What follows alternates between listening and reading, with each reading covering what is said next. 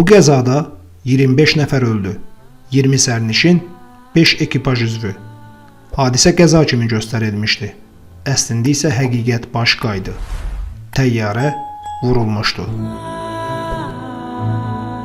1959-cu ilin yanvar ayının 19-da hələ iş günü başlamamış siyasi büro üzvləri, hüquq mühafizə orqanlarının rəhbərləri Nikita Xruşovun göstərişi ilə təcili Kremlə dəvət olunublar. Sovet lideri birbaşa mətləbə keçib. Diqqətinizə, gecə baş vermiş hadisəni çatdırmaq istəyirəm. Gecə saatlarında ərazimizdə təyyarə qəzası baş verib. Daha dəqiq ifadə etsəm, ilkin məlumatlara görə bu, sadə təyyarə qəzası deyil. Təyyarəni vurublar və təyyarəni Amerikalılar vurmayıb. Nə də müharibə deyil ki, Almanlar vursun. Bu daxilimizdə qəsdən törədilən cinayət hadisəsidir. Biz bu işlə ciddi məşğul olmalıyıq. Komissiya yaradıb, araşdırma aparmalıyıq.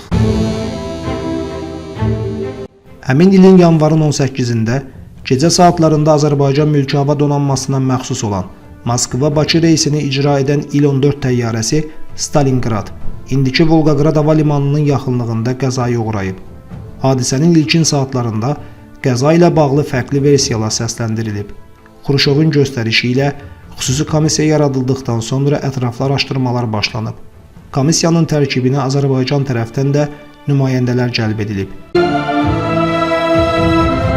İlkin araşdırmalar zamanı məlum olub ki, yanvarın 18-də Moskva-Voronej Stalingrad-Bakı reysi ilə uçan təyyarə 90 dəqiqədən sonra Voronejə eniş edib. 45 dəqiqədən sonra saat 02:07-də yenidən havaya qalxaraq Stalingrada istiqamət alıb. Saat 03:33-də dispetçer məntəqəsindən ekipaj komandirinə hava şəraitinin eniş üçün uyğunsuzluğu haqqında xəbərdarlıq edilib və havada gözləmə zonasında qalmaq göstərişi verilib. Bir müddət sonra təyyarənin eniş zolağına enməsi haqqında göstəriş alan pilot enişə cəhd edib. Eniş zolağı tam aydın görünsə də, dispetçerdən eniş təsdiqini alsa da, 400 metr hündürlükdə olan təyyarə idarə etməni itirib və dispetçerə əlaqə tam kəsilib. Saatda 300 km sürətlə irəliləyən təyyarə saniyələr ərzində hava limanından 2-3 km aralıda yerə çırpılıb. Qəza nəticəsində təyyarədə olan 20 sərnişin və təyyarənin 5 nəfər heyət üzvü həlak olub. Komissiya üzvlərinin bir qismi ilk rəydə qəzanın səbəbini texniki nasazlıq yaxud hava şəraiti ilə bağlasalar da, digər üzvləri bu rəylə razılaşmayıblar. Onların arasında ciddi fikir ayrılığı yaranıb. Bununla da komissiya Moskvaya 2 fərqli arayış təqdim edib. Birinci arayışda hava şəraitinin təyyarənin eniş etməsinə uyğunsuzluğu göstərilərək pilotun təcrübəsizliyi nəticəsində qəzanın baş verməsi qeyd edilib. Daha sonra arayış əlavə olunub ki, dispetçer əlaqənin kəsilməsi təyyarənin rabitə vasitələrinin nasazlığı ilə bağlı olub. İkinci arayışda isə hadisənin baş verməsi səbəbləri tam fərqli göstərilib. Dispetçerin eniş təsdiqi ilə bağlı səs yazısı, qəza baş verən zaman hava şəraitinin eniş üçün tam məqbul olması ilə bağlı müvafiq qurumlardan arayışla təqdim edilməklə diqqətə çatdırılıb ki, qəzanın səbəbi nə hava şəraiti, nə də texniki nasazlıqdır. Xruşovun təkidi ilə komissiyanın tərkibi dəyişdirilərək yenidən araşdırmalar başlanıb. Növbəti araşdırmalar zamanı məlum olub ki, təyyarəyə 19 bilet satılıb. Bununla da aydın olub ki, 20-ci sərnişin təyyarədə biletsiz olub. Həmin şübhəli şəxsin kimliyi araşdırılıb. Belə bir versiya irəli sürülüb ki, həmin şəxs təyyarə heyətinə silahlı hücum edib.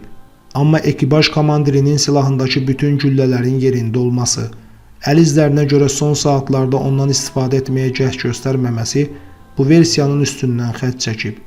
Ekspertiza zamanı ekipaj komandiri İvan Mandrikinin sol ayağında 5 sm dərinliyində yara aşkar edilib.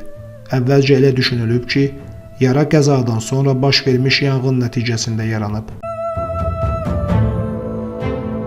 Parçalanmış təyyarənin qalıqları da Moskvada xüsusi ekspertizaya verilib. Bir neçə həftə çəkən ekspertizanın nəticəsində yeni detallar üzə çıxıb. Belə ki, pilotların idarəetmə kabinəsinin aşağı hissəsində 10-35 mm diametrində dəliklər aşkar olunub. Bu müəmmalardan sonra komissiya növbəti qərarını verib. təyyarənin ekipaj komandiri Mandrikinin ekshumasiyası üçün müvafiq qurumlardan icazə istəyiblər. 1959-cu ilin aprel ayında Mandrikin ekshumasiya olunub və ekspertizaya göndərilib.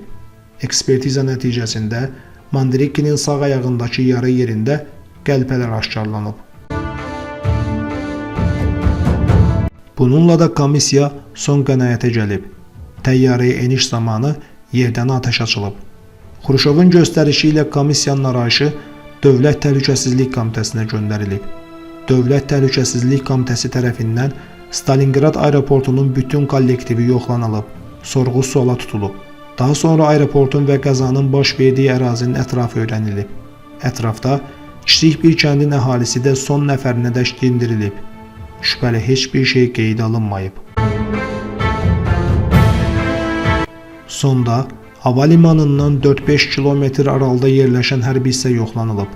Məlum olub ki, qəza zamanı hərbi hissədə bir həftəlik təlimlər keçirilib. Hərbi hissənin əməliyyat kitabına baxış keçirərkən o da məlum olub ki, yanvarın 18-də 00-da başlayan gecə təlimində havaya müxtəlif silahlardan atəş açılıb. Növbəti ekspertiza zamanı da bu fakt öz təsdiqini tapıb. Bütün bu təsdiqini tapmış faktlardan sonra hərbi hissənin rəhbərliyi xidmətə uyğunsuzluq maddəsi ilə vəzifələrindən azad olunublar. Azərbaycana məxsus və tam yararsız vəziyyətə düşmüş təyyarə isə Xruşovun göstərişi ilə yenisi ilə əvəz olunub.